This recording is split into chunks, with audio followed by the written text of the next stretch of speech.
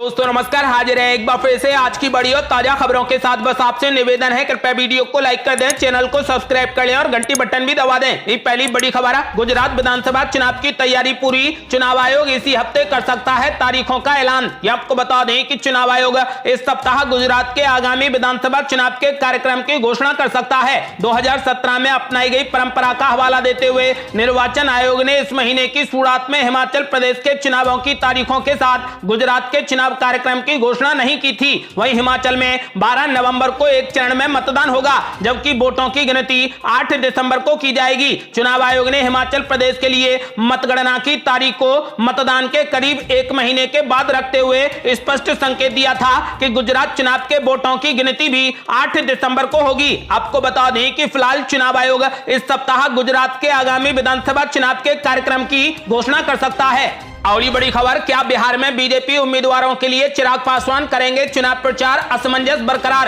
यहां आपको बता दें कि चिराग पासवान की लोक जनशक्ति पार्टी ने भारतीय जनता पार्टी के उस दावे को शनिवार को खारिज कर दिया कि चिराग पासवान बीजेपी उम्मीदवारों के लिए बिहार के मोकामा और गोपालगंज विधानसभा सीटों पर हो रहे उपचुनाव में प्रचार करेंगे। लोक जनशक्ति पार्टी की प्रदेश इकाई के प्रमुख राजू तिवारी ने कहा कि उपचुनाव के संबंध में अब तक राष्ट्रीय अध्यक्ष चिराग पासवान की ओर से कोई भी निर्देश प्राप्त नहीं हुआ है।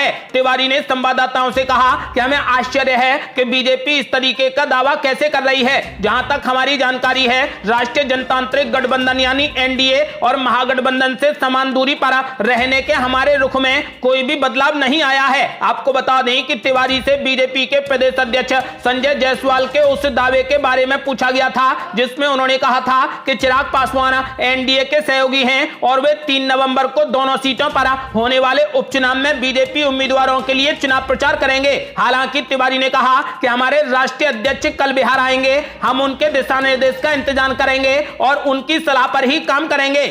अगली बड़ी खबर, गुजरात में यूनिफॉर्म सिविल कोड को लेकर अरविंद केजरीवाल ने बीजेपी पर बोला बड़ा हमला, कहा बीजेपी की नीयत खराब है। ये आपको बता दें कि गुजरात विधानसभा चुनाव जैसे जैसे नजदीक आता जा रहा है वैसे वैसे राजनीतिक बयानबाजी तेज होती जा रही है। राज्य में बीजेपी और कांग्रेस के अलावा इस बार आम आदमी पार्टी भी काफी सक्रिय नजर आ रही है। सभी दल चुनाव प्रचार में जुटे हैं। गुजरात में यूनिफॉर्म सिविल कोड के सवाल पर दिल्ली के मुख्यमंत्री और आम आदमी पार्टी नेता अरविंद केजरीवाल ने बड़ा बयान दिया है। गुजरात के भावनगर में एक प्रेस कॉन्फ्रेंस के दौरान केजरीवाल से पूछा गया कि गुजरात सरकार ने यूनिफॉर्म सिविल कोड का प्रस्ताव रखा है, उसके लिए कमेटी भी बनाई है। इस सवाल के जवाब में केजरीवाल ने कहा कि उनकी नीयत खराब है। संविधान के आर्टिकल 44 में साफ साफ लिखा गया है कि यूनिफॉर्म सिविल कोड लागू करना सरकार की जिम्मेदारी है, तो सरकार को यूनिफॉर्म सिविल कोड बनाना चाहिए, ऐसा बनाना चाहिए जिसमें सभी समुदायों की रजामंदी हो। उन्होंने कहा कि सभी समुदायों को साथ लेकर यूनिफॉर्म सिविल कोड बनना चाहिए। केजरीवाल ने बीजेपी पर भी आरोप लगाए।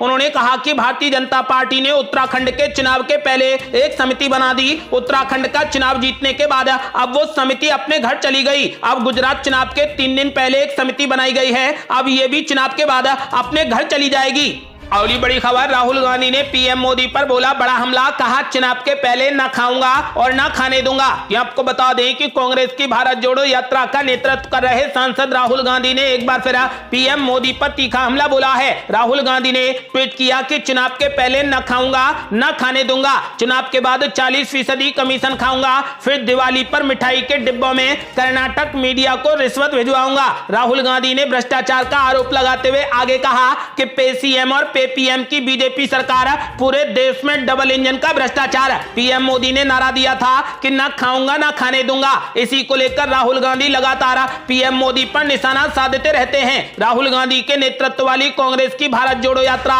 इस वक्त तेलंगाना राज्य से गुजर रही है। अगली बड़ी खबर, राहुल गांधी ने बच्चों और कार्यकर्ताओं के साथ लगाई रेस, कांग्रेस बोली भारत को बिखरने नहीं देंगे। ये आपको बता दें कि कांग्रेस की भारत जोड़ो यात्रा फिर से शुरू हो गई। तेलंगाना चरण के 5वें दिन यात्रा गोलापल्ली से शुरू हुई। इस दौरान राहुल गांधी ने कार्यकर्ताओं और बच्चों के साथ जमकर रेस लगाई और पदयात्रियों में जोश भर दिया। कांग्रेस ने अपने ट्विटर हैंडल पर इसका वीडियो भी पोस्ट किया है जिसमें राहुल गांधी दौड़ लगाते हुए नजर आ रहे हैं। इसके अलावा कांग्रेस ने आज की यात्रा की कुछ तस्वीरें भी पोस्ट की हैं। पार्टी ने लिखा है कि अन्याय और नफरत के खिलाफ हमें आवाज उठानी होगी, हम भारत को बिखरने नहीं देंगे।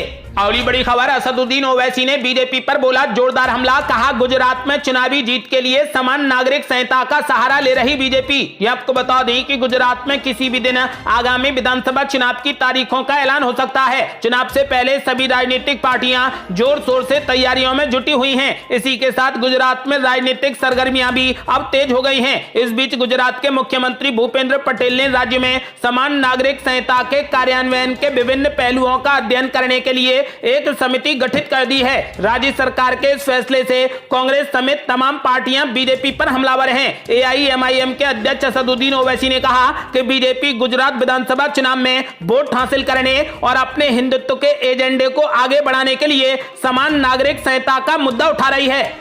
अगली बड़ी खबर, सचिन पायलट को मिलेगी बड़ी जिम्मेदारी, अभी गुजरात के चुनाव ने बचा ली अशोक गहलोत की कुर्सी। ये आपको बता दें कि बीते दिनों मल्लिकार्जुन खड़गे ने कांग्रेस की कमान संभाली और रणनीति भी तैयार करनी शुरू कर दी। पार्टी का नया बॉस बनने के बाद मल्लिकार्जुन खड़गे के आने वाले समय में कई चुनौतियों से सामना होने की उम्मीद है, जिसमें से राजस्थान संकट एक है। उन्हें राजस्थान में लंबे समय से चल रही अशोक गहलोत और सचिन पायलट के बीच कथित लड़ाई को न सिर्फ शांत कराना होगा, बल्कि अगले साल होने वाले विधानसभा चुनाव के लिए कुछ कड़े फैसले भी लेने होंगे। पार्टी का अध्यक्ष बनने के बाद मल्लिकार्जुन खड़गे ने पिछले दिनों सचिन पायलट से मुलाकात की, जिसके सियासी मायने निकाले जाने लगे हैं। सचिन पायलट दिल्ली पहुंचकर मल्लिकार्जुन खड़गे से मिले और दोनों के बीच में बंद कमरे में काफी देर तक बातचीत हुई। सूत्रों की माने तो कांग्रेस के दोनों नेताओं के बीच में राजस्थान संकट को लेकर भी खुले तौर पर बातचीत हुई है। मालूम हो कि पिछले महीने राजस्थान संकट की वजह से काफी हंगामा देखने को मिला था। अशोक गहलोत और सचिन पायलट के बीच की लड़ाई अब एक बार फिर से सामने आ गई थी। सूत्रों के अनुसार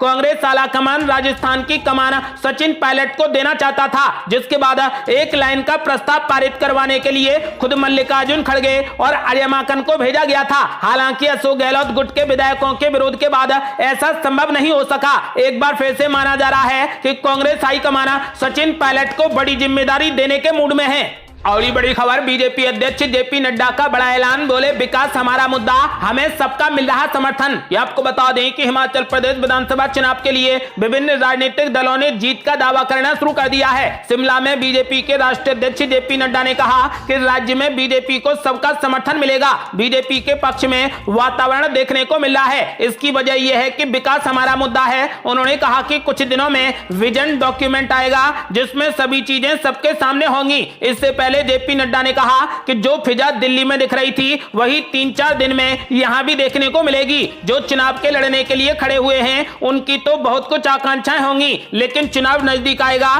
तो स्थिति स्पष्ट हो जाएंगी। जेपी नड्डा ने कहा कि चुनाव में कुछ तो मान जाते हैं तो वहीं कुछ छूट भी जाते हैं। जेपी नड्डा ने कहा कि हिमाचल के लोगों के दिल में बीजेपी है और यहां के लोग बीजेपी को ही रिपीट करना चाहते हैं और चले आ रहे पुराने रिवाज को बदलना चाहते हैं। इसलिए हम यहां पर राज नहीं, अब रिवाज बदलेंगे। वहीं कांग्रेस पर तंज कसते हुए जेपी नड्डा ने कहा कि हमारे और उनके काम करने के तरीके में काफी अंतर है। वे लोग किसी फैसले को लेकर किसी परिवार से पूछते हैं और हम तो हमारी पार्टी से पूछते हैं। आपको बता दें कि जेपी नड्डा ने साफ कर दिया है कि इस बार हिमाचल प्रदेश में रिवाज बदलेगी।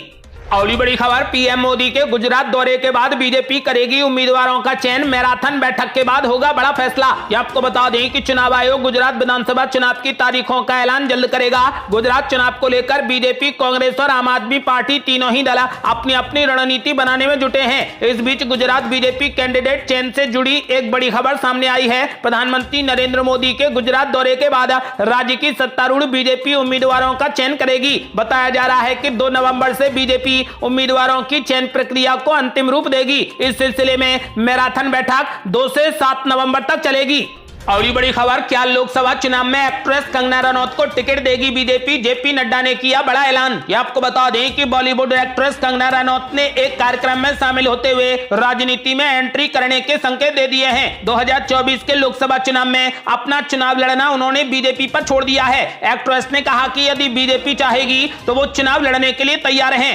एक्ट्रेस के इस बयान पर बीजेपी के राष्ट्रीय अध्यक्ष जेपी नड्डा ने बड़ी प्रतिक्रिया दी है। उन्होंने कंगना रनौत का स्वागत किया है, साथ ही यह भी साफ किया है कि यदि वे शामिल होती हैं तो उनकी जिम्मेदारी पार्टी तय करेगी। कंगना रनौत को लेकर पूछे गए इस सवाल पर जेपी नड्डा ने कहा कि हम तो सबको चाहते हैं कि वे आएं, क्योंकि पीएम मोदी हमारी पार्टी के नेता हैं और प्रधानमंत्री हैं। उनसे प्रभावित होकर देश में अच्छा वातावरण बन रहा है, इसमें वे भी शामिल होना चाहती हैं तो हम उनका स्वागत करते हैं। जहां तक चुनाव लड़ने का सवाल है तो टिकट देना यह अकेला मेरा फैसला नहीं होता है। जमीन से लेकर ऊपर तक के स्तर तक विचार विमर्श का प्रोसेस चलता है और फिर यह पार्लियामेंट्री बोर्ड तक जाता है। आज तक चैनल से बात करते हुए उन्होंने कहा कि उस समय जैसी बात आएगी उसके हिसाब से तय किया जाएगा।